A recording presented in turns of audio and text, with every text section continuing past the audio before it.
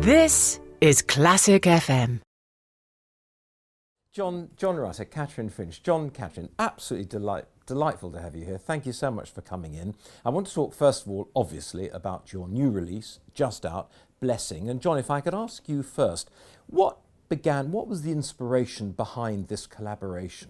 Because you haven't collaborated with a harpist before. No, though a harpist was my first girlfriend. I was only 16 and... Were you safe, Catrin? Well, I hope so. John? Well, her name was Rachel Davis, and she was Welsh, you see, like so many fine harpists, and I worshipped her from afar. She played in the National Youth Orchestra, and she was really my school friend John Taverner's girlfriend. But I sort of looked fondly upon her. And ever since? Ever since then, I've had a fondness for the harp. I've always loved the instrument. That actually goes back even earlier than having a girlfriend who I didn't get very far with. It was actually when I was a boy soprano, because I sang in Benjamin Britten's Ceremony of Carols. I was recruited for a local church performance. And there was a wonderful harpist, a lady called Gwendolyn Mason, and she was very famous in her day and rather grand. And I was just captivated by the sound of this extraordinary instrument. And I suppose I was 10 or 11 at the time. And when we had a rehearsal break, I went up to her and said, "Here, miss, I said, what are you doing with your feet? And, how do you play it? Go on." And she should probably have said, "Oh, do get lost, you horrible little toe rag." But bless her heart, she actually gave me very full and informative answers and showed me how a harpist's technique works and how you only use 4 fingers in each hand and how the pedals all work. And so I was initiated into the mysteries of the instrument at an early age. And so, Catrin, you share that with John, captivated by the sound of the harp from an early age. Yeah, inspired by Marisa Robles when I was a 5-year-old, who was giving her only performance in a local music club in West Wales where I was growing up. And I announced that evening that that's what I wanted to do, play the harp. You were what age? I was 5. So on my 6th birthday, my parents had rented a little Clarsach, the little harp with the little levers, and a teacher, being in West Wales near Aberystwyth, there was a pack of teachers to choose from, and there was a teacher that came into the primary school, so I started with the peripatetic there, and it all started and flourished and never looked back, really. You can't have expected to collaborate with a man whose name, well, I think it's fair to say he's pretty much a household name, isn't he? Great composer. I mean, was it just a trifle daunting? Yeah, no, it is, and it, the most wonderful pleasure for me, obviously, is to collaborate and to work with a composer such as John.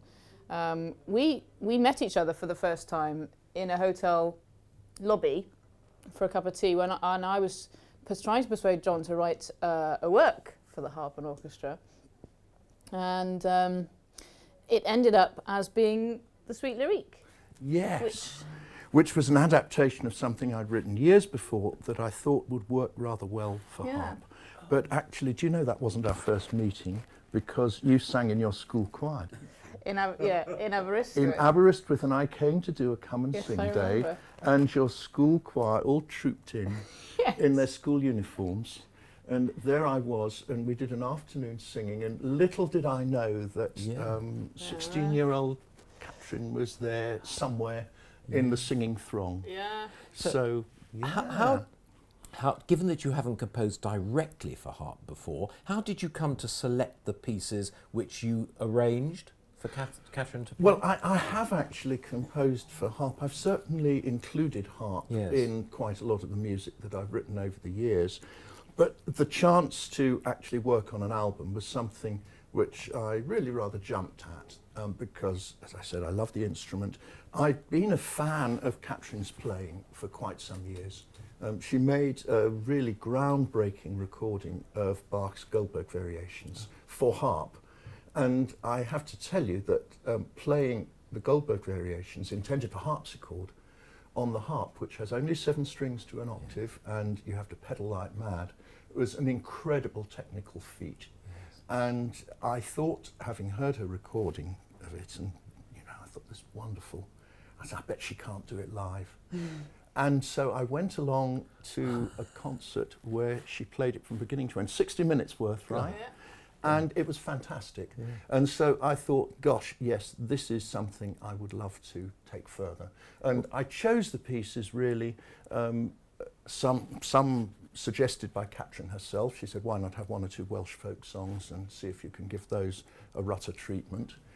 And then the director of the label said, well, look, you've written quite a lot of sacred choral music. Why not take one or two of your shorter choral sacred pieces and see if you can transcribe them for harp, so people can listen to them set free from the text, as it were. And actually, that's an interesting point, Catrin. The Goldberg variations, written, as John says, for harpsichord, you are always having to arrange, because the repertoire for solo harp, while it's there, is not as huge as it might be, say, for the piano or the violin. And so you often rely on composers like John Rutter arranging, or you arrange yourself. Tell me a little bit about the problem of the repertoire for a harp. Well, it's a big problem. We don't have a great repertoire at all, really, you know, before. And it's a strange thing, because in a way the instrument itself is such an old one. It dates back so many hundreds of years, and yet it's only really recently developed into a really strong instrument, you know, that can act as a solo instrument and can play all this repertoire. But I mean, I don't think I don't feel it hinders me particularly. It's just sometimes it's a challenge to.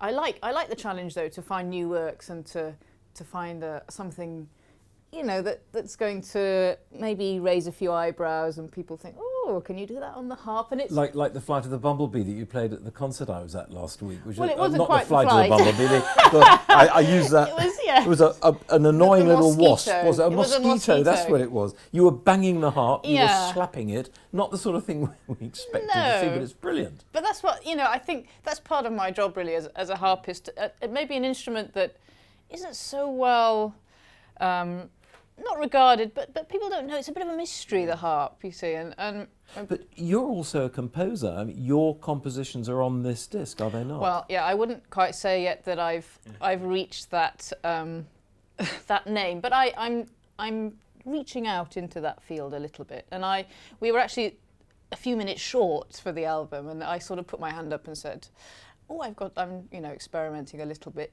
starting to do a bit of writing, and yeah, so we decided to put the small work on the album. But it's something I certainly would like to do more of. Lovely, John, Catrin. Great pleasure to talk to you. Thank you very much. Thank you. Thank you.